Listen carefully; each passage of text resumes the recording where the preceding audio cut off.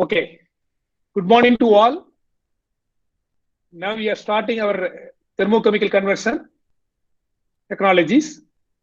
We already started this class, previous class itself. Previous class we completed briquetting. It also comes under thermochemical conversion. You know that thermochemical conversion is divided into three categories. One is combustion, pyrolysis, and gasification. Today we are going to see combustion. Combustion is very important one. In all other, even biochemical and chemical and thermochemical, combustion process is the first conversion technology human followed. That is by firing. It's already incineration, just firing. The firing is itself burning. Burning itself is called combustion.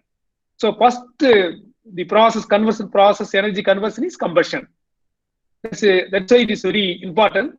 All our stoves, ordinary wood stove to our very big furnaces, even thermal station, power station furnaces are combustion process. So combustion is very important.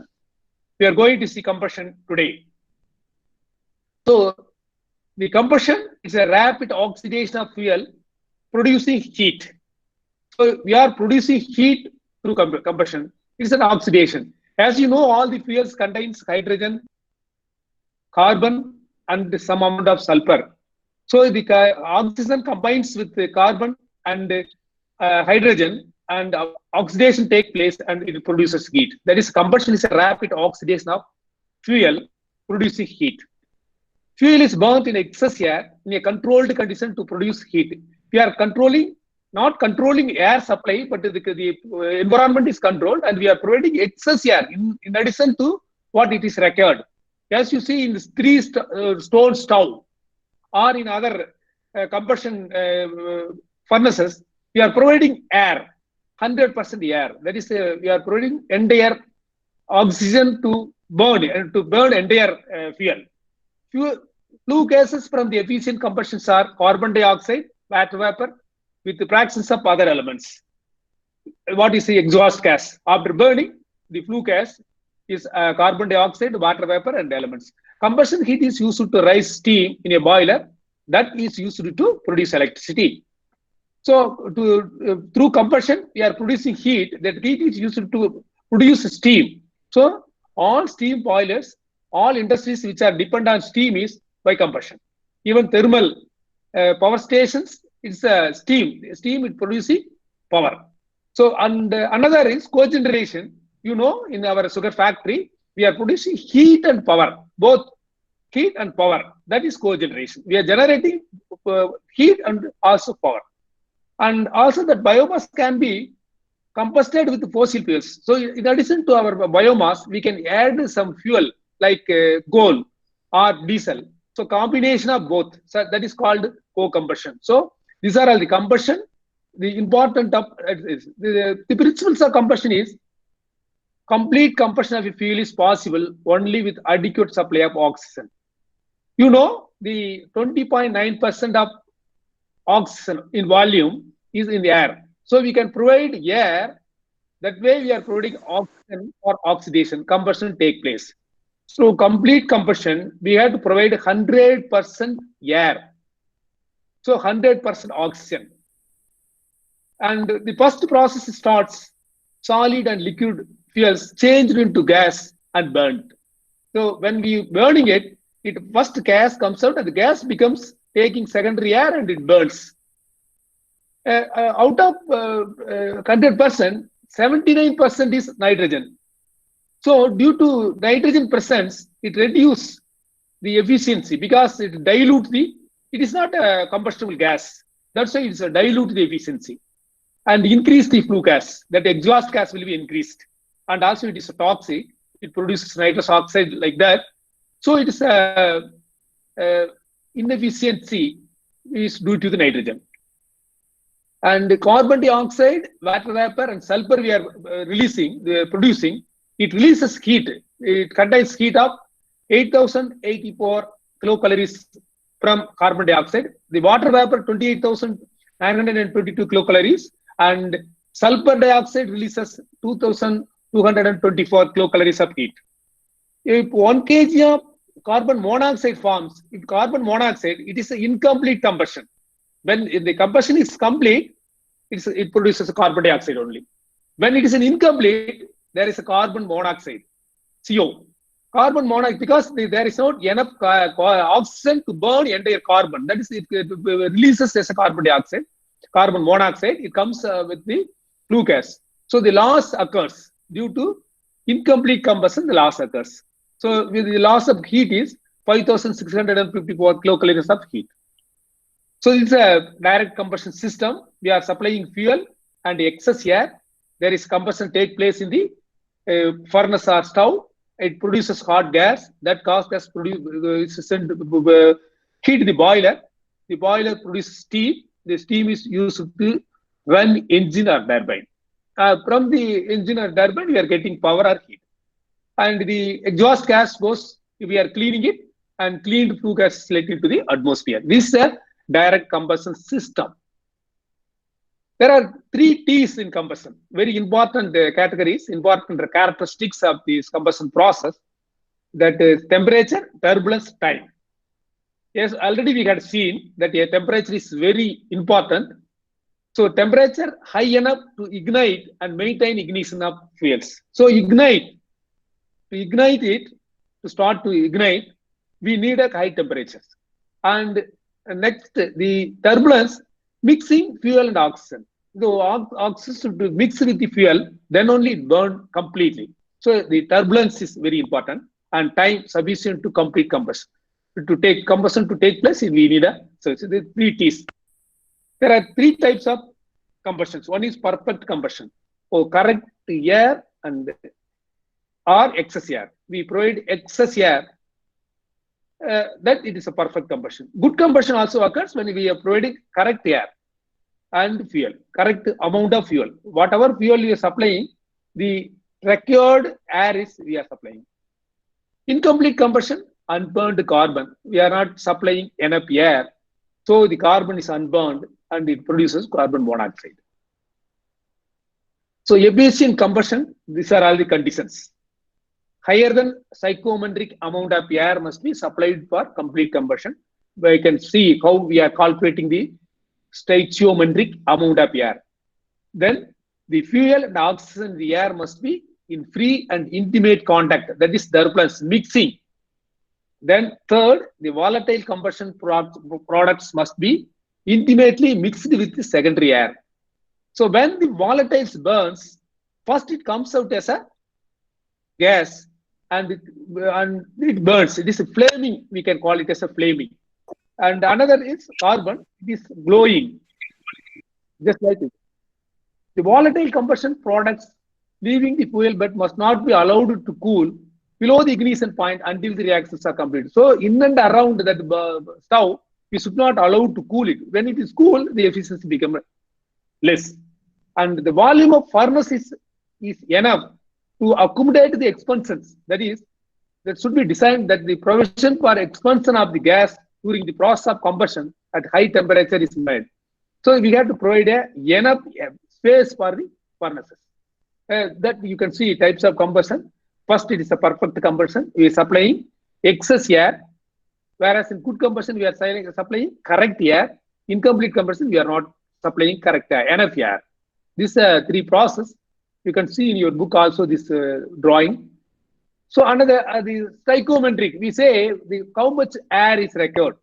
So how much carbon, how much hydrogen and sulfur is available in the biomass. Based on that, we are supplying the kg of the percentage of air based on the fuel. So we get a formula. If we need a perfect combustion, how much of air is required, psychometric air is required. For that, there is a formula. If we can find out the carbon, hydrogen, oxygen, and sulfur in the fuel and substitute in the formula, we will get the psychometric air requirement. And the excess air required for gaseous fuel is typically above 50%. We already told that this combustion needs excess air. How to calculate the excess air? So 20.9% of air is oxygen. That is a percentage of oxygen is measured, and the percentage is calculated with respect to the excess air requirement. Further, this is a formula that is excess air percentage is equal to percentage oxygen percentage measured divided by 20.9 minus percentage of oxygen measured into the 100. From this we can calculate excess air. It is around 15%. So combustion efficiency, how we are calculating the combustion efficiency? Combustion efficiency is determined by subtracting the heat content of the exhaust gases expressed as a percentage of fuel's heating volume from the total fuel heat potential or 100%. Thus the combustion air percentage is equal to 100 minus how much stacked air, how much heat goes with the flue gas or goes with the exhaust. That we reduce from the 100, we will get the percentage of how much percentage of the efficiency is there. So based on the combustion, there are four designs of chulas. Chula means in Hindi, it's stove. Improved chulas means improved stoves or improved furnaces.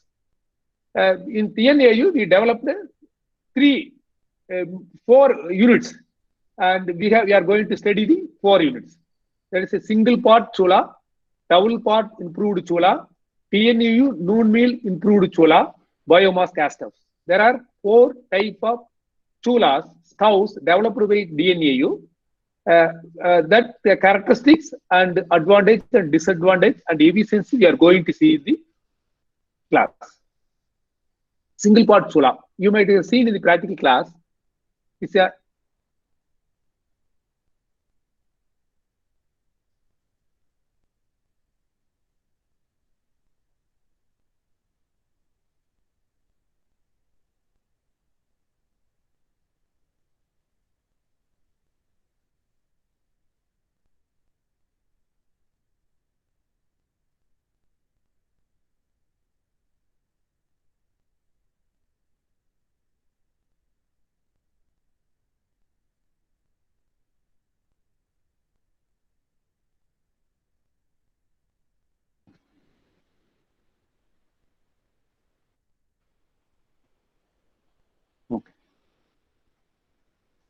there is a problem. Some of them are not able to join. They had informed me through message. Don't worry. Next time we can find out the fault where we are lacking. That can be fulfilled. But the recorded one, we are recording it. The recorded with the presentation we will post in the classroom, Google Classroom. They can see from that, and you can advise your friends to see the recorded one and from the Google class. Next time you will see what is the problem in it, and also they ask them to attend the quiz. Finally we ask them questions in the classroom. You can answer the classrooms. That will be enough for the attendance. Okay, let us go for the class. Single pot chula.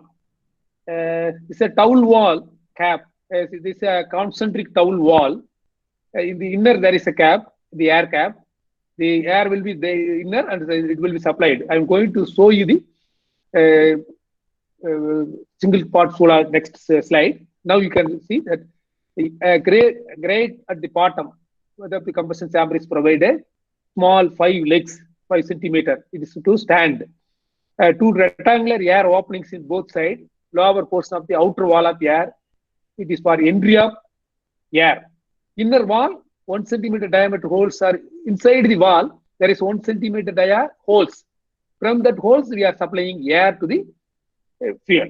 The secondary air enters through the rectangular openings and heated in the concentric base. And then again, it was supplied to the, just like our blowing, Udu Kulal blower, we are blowing inside naturally.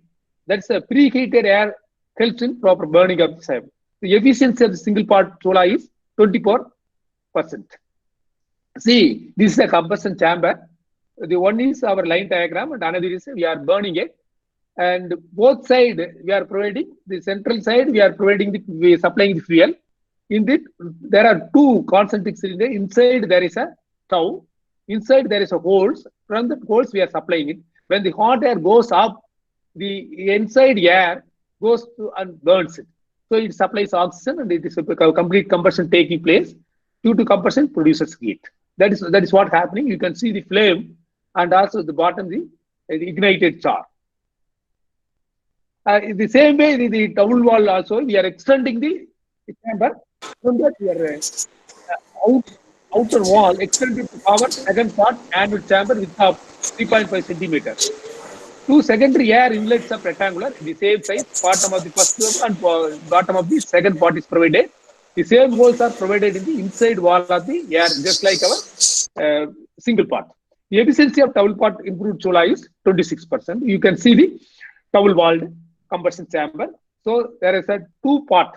We can use one part and the waste heat also utilized here.